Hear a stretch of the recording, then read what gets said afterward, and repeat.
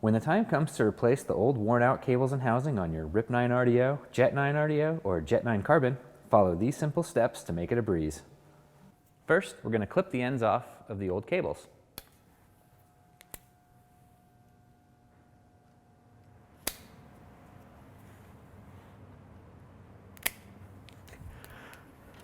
Then you'll take your 5mm wrench and you'll loosen the anchor bolts on front and rear.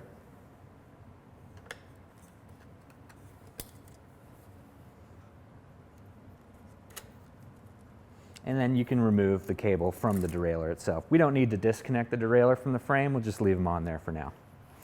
This one's free and clear. Then we're going to remove the front end of the bike.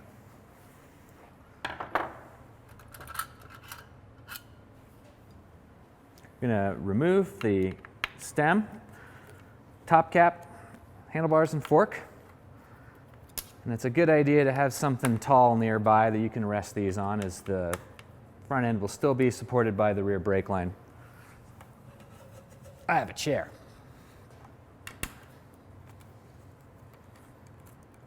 I'm going to remove the top cap from the headset, set it aside, remove your stem,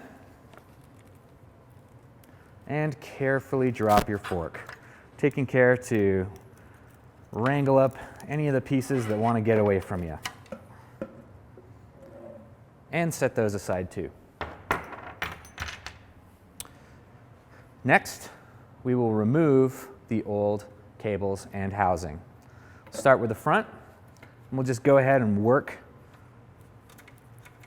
the cable out, pull the old cable out, and then we'll need to remove these zip ties right here and make sure nothing falls over.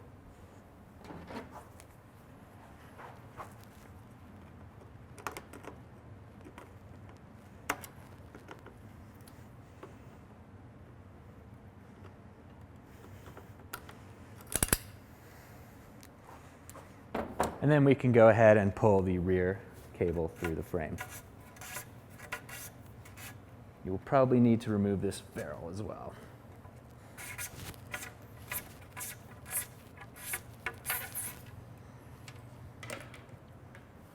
With the cables out, then you install the new shifter cables per manufacturer's specifications.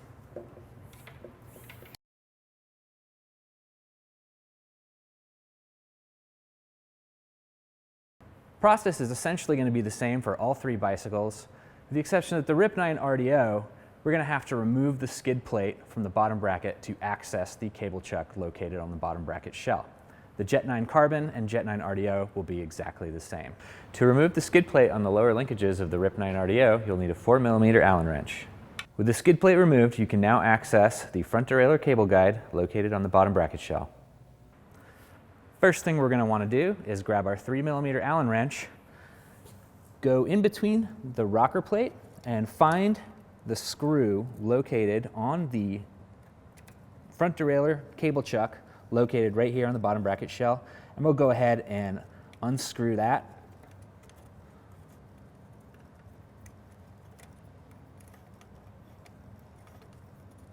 Taking care not to drop the screw.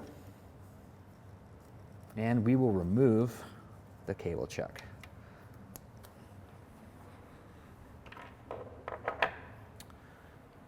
If you have removed your old cable housing, we're going to use this as a guide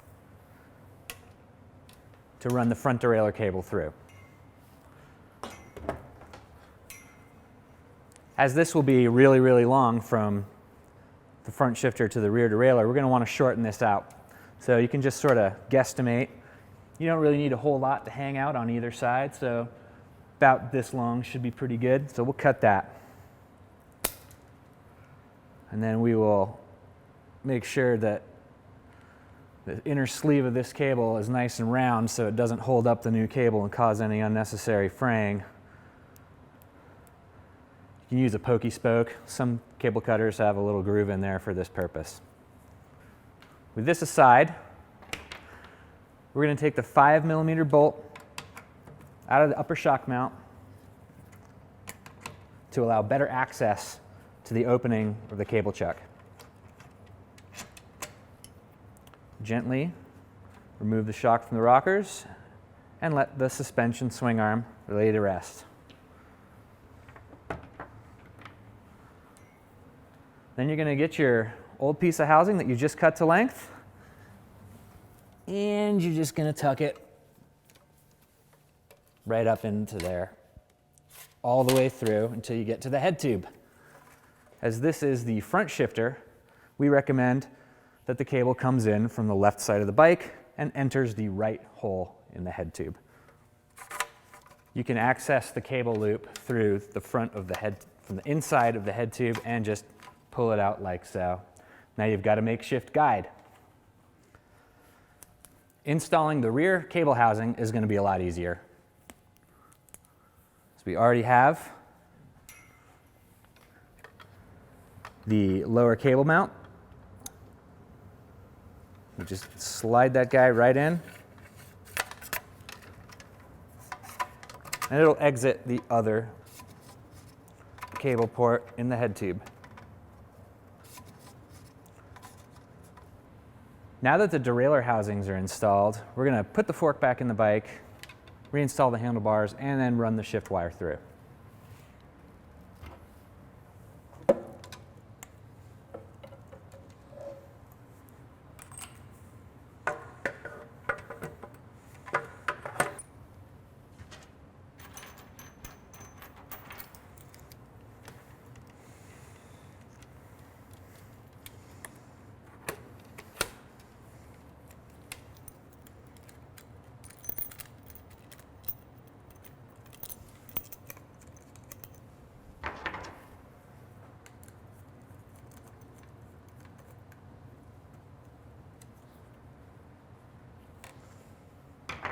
Now it's time to install the shift cables and cut the front derailleur housing to length.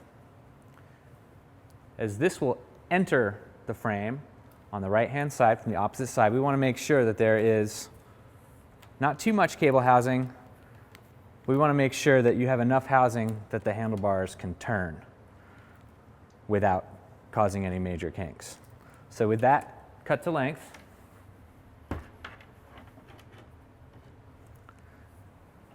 we will take our 4mm cable end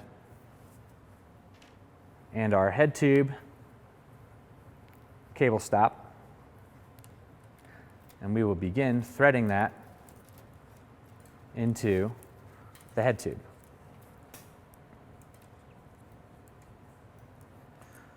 Obviously, you'll want to put the 4mm onto the shift cable first, guide it through until you can pull it through to the other side. Now, you're going to run that into the front end of the cable guide that we have installed. Push it through till you see cable coming out of the back end of the bike. That's how you know you're all the way through, and you can just go ahead and pull this guide tube all the way out. You can save that for future use, or you can discard it. Then that cable stop just sits nice and snug in the frame.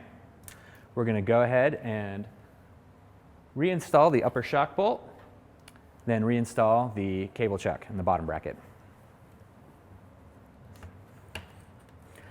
We'll go ahead and tighten this guy back up.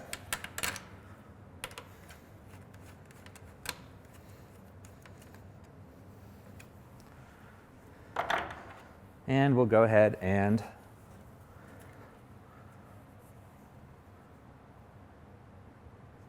thread the cable through the cable chuck in this groove.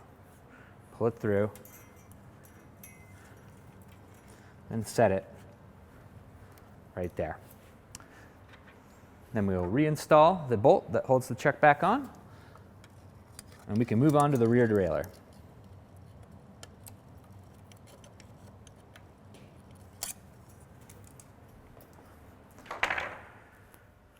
Okay.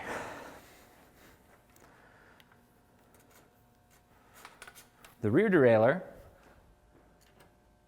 we will need the cable sleeves. You will need one going into the head tube.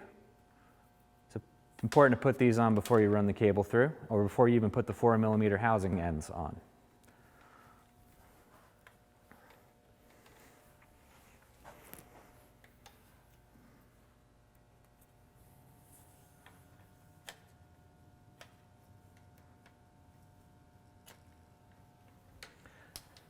With the cable housing successfully installed in the frame, it is now possible to install the inner wires as normal.